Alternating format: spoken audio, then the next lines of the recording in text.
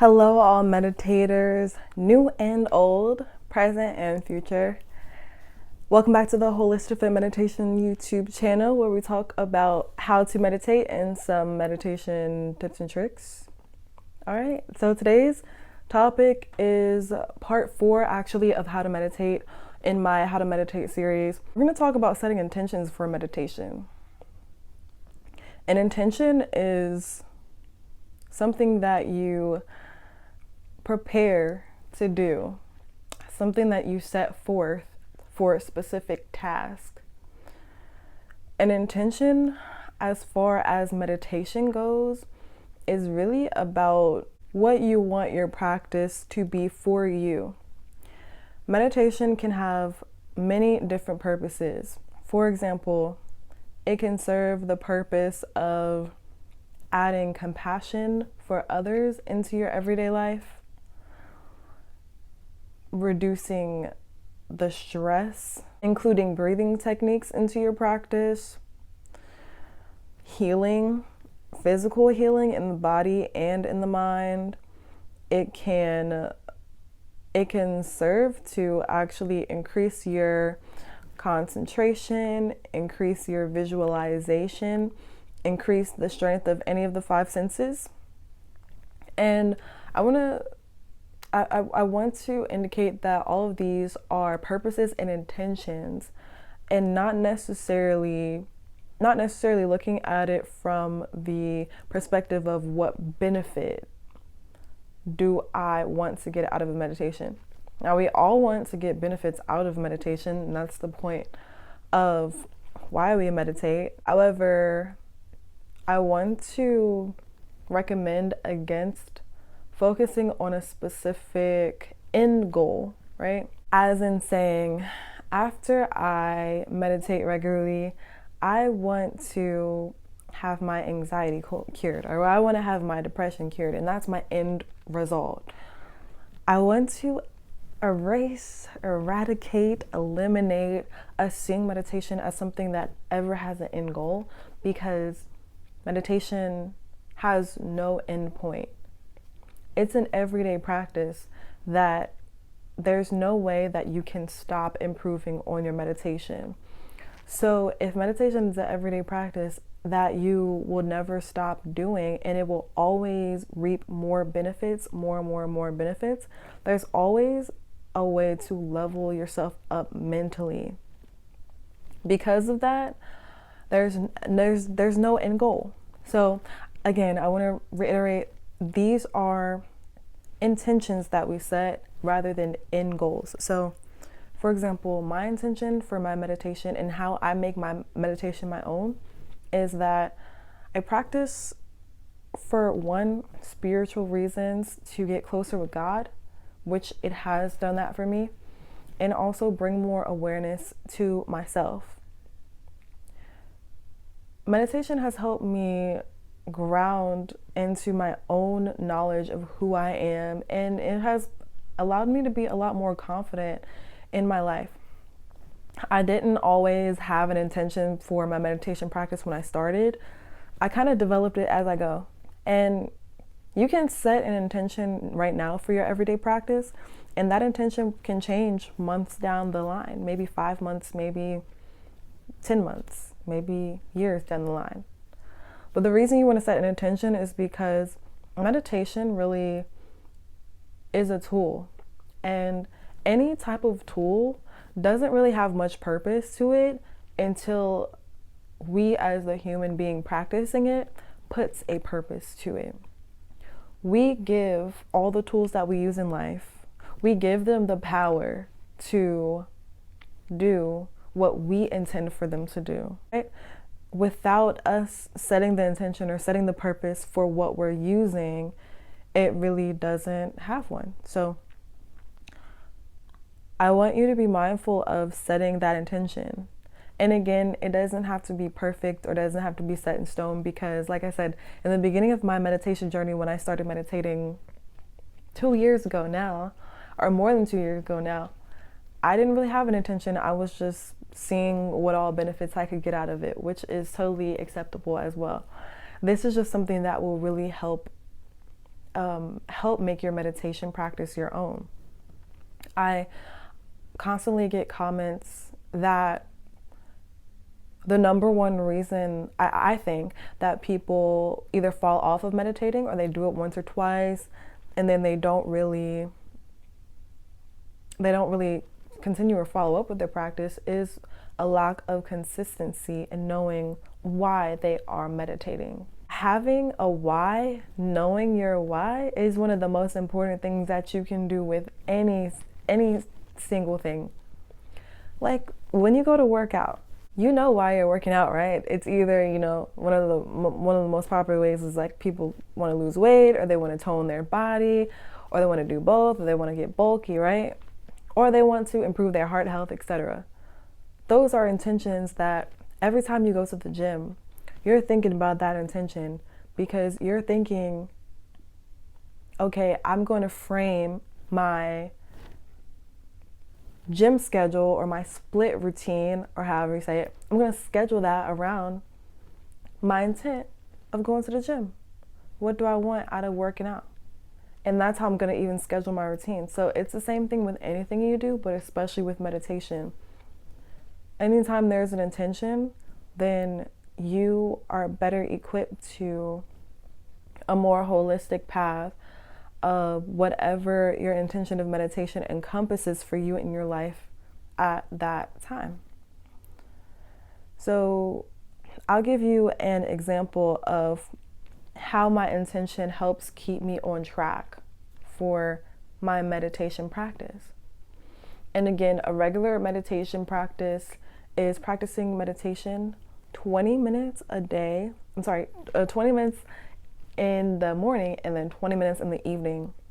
That is a regular meditation practice that I recommend you work your way up to. Now, it's okay if you can start at maybe 7 to 10 minutes in the morning and in the evening, or just in the morning if that's all that you can do. But I highly recommend, for optimal results, moving your way up to 20 minutes in the morning and 20 minutes in the evening. And you can make it a priority, or you'll start to make it a priority, just like you make washing your face or brushing your teeth or showering a priority every single day, because it's just that important to you. When you meditate, your mind will wander. That's just a natural thing. A lot of people think that it's not natural, or because their mind wanders, that they're not meditating correctly. But when your mind wanders, there's actually a sign that you are doing it correctly, because you've noticed that your mind wanders. When I meditate, I will practice, my intention will be my breath. Well, my intention will be awareness, centering my meditation around awareness. I practice awareness by being aware of my breath, so that I can be aware of my body and mind.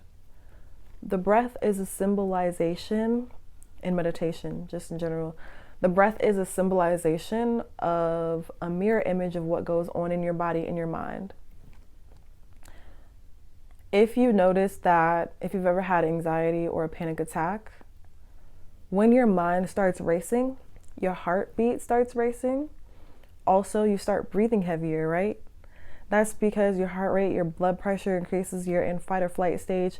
So your breath mirrors what your body and your mind does. Mind, body, breath, or you could say mind, body, spirit, because breath can also be synonymous for spirit. If you did not know that, think about it really deeply, and then comment down below when you understand what I'm saying. But the breath in meditation is often used as a focal point, and I don't like to use the word focus, but I'm going to use it here. It's often used as a focal point for the intention of awareness, because the breath is a great tool to ground yourself back in awareness of your body and mind because of that. So when I set my intention, I'll go ahead and get in the position, crisscross applesauce, close my eyes. I'll guide myself through. I'll guide myself through saying, all right, I'll become aware of the breath coming in through the nostrils, coming out through the nostrils, as you inhale and as you exhale. And I'll guide myself to keep the awareness at the entrance of the nostrils and also be aware of the breath. Be aware of how it feels. Be aware of how it sounds. Is it fast or is it slow today? Allow the breath to be as it is. Don't even change the breath in any way. Don't try to speed it up. Don't try to slow it down. Simply be aware, right? So this is an awareness meditation that I'm doing because awareness is my intention. Like I said, the mind will wander during meditation, which is a sign that you are practicing correctly. When my mind does wander, I will first notice. The first stage is noticing that your mind has wandered during your meditation. Boom. After you've noticed it, whatever thought that is, allow it to fade. And then say in your head, now bring your awareness back to your intention. Then my awareness will be back on the breath and I will complete this cycle again. So what meditation is a cycle of, okay, you have your intention, and now your intention will frame what you want to be aware of during your meditation. So you have your quote unquote focal point. I don't like the word focus, but I'll use it. You have your focal point. Your mind will always wander during your meditation, which is a sign that you're doing it right. Because when you even are aware that your mind has gone somewhere else, that's also practicing awareness. So once you become aware of that, you bring your awareness back to the focal point or the intention, which in my case, again, is the breath. And then you repeat that over and over and over again. Your mind wanders, you let those wandering thoughts fade, bring your mind back to the intention. You're meditating, you're being aware. Oops, the mind wanders again from your intention. You let those wandering thoughts fade. You redirect the mind again. And this is why I love being an exercise science major, because I love to relate meditation to working out. It's the same thing. Just like doing another repetition of bicep curls, every single repetition strengthens the muscle, right? It's the same thing with this cycle of noticing your thoughts wandering and redirecting your mind back. Every time you redirect your mind back to the intention, it's like doing another bicep curl. It's the same thing. Just like you strengthen your body when you exercise, meditation is exercise for the mind. It's strengthening the neurons in your brain to exercise mind control. And that's literally it. So that is how you meditate. You want to set your intention for your meditation practice because you want your meditation practice to be yours. And I felt the need to make this video because I also get a lot of comments saying that people are a little hesitant to practice their meditation because of their religion. Like in the last video, I think, or in a past video I made about what religion, what meditation has taught me about religion and spirituality. And I am a Christian. I'm rooted in the Christian faith. I also practice meditation for spiritual reasons as well. And sometimes I pray before I meditate, because if you do practice a religion and you pray, you're already meditating, because prayer, what that is actually, let me tell you what meditation is, reiterating the definition of meditation. It is using your mind, body, or breath to change your state of awareness. So changing your state of awareness by using either the mind, body, or breath. Okay, when you look at prayer, what you're doing is you are changing your state of awareness from just sitting down to actually being aware of whatever, your God. Being aware of your God and talking to them.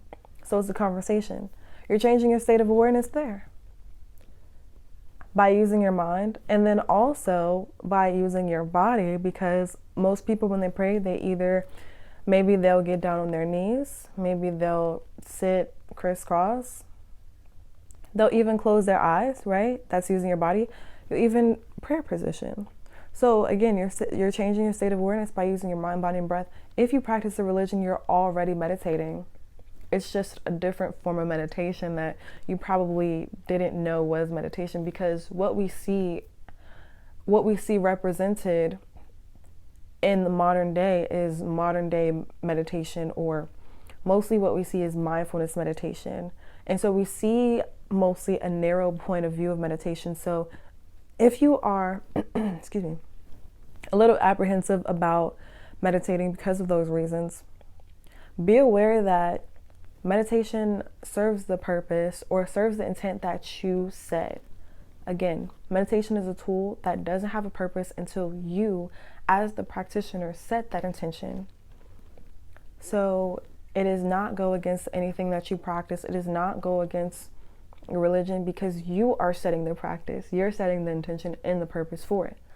So it's exactly what you want to make it. Just be aware of that. If you maybe still have no idea where to start meditating, I do offer that on my website as a one-on-one online option.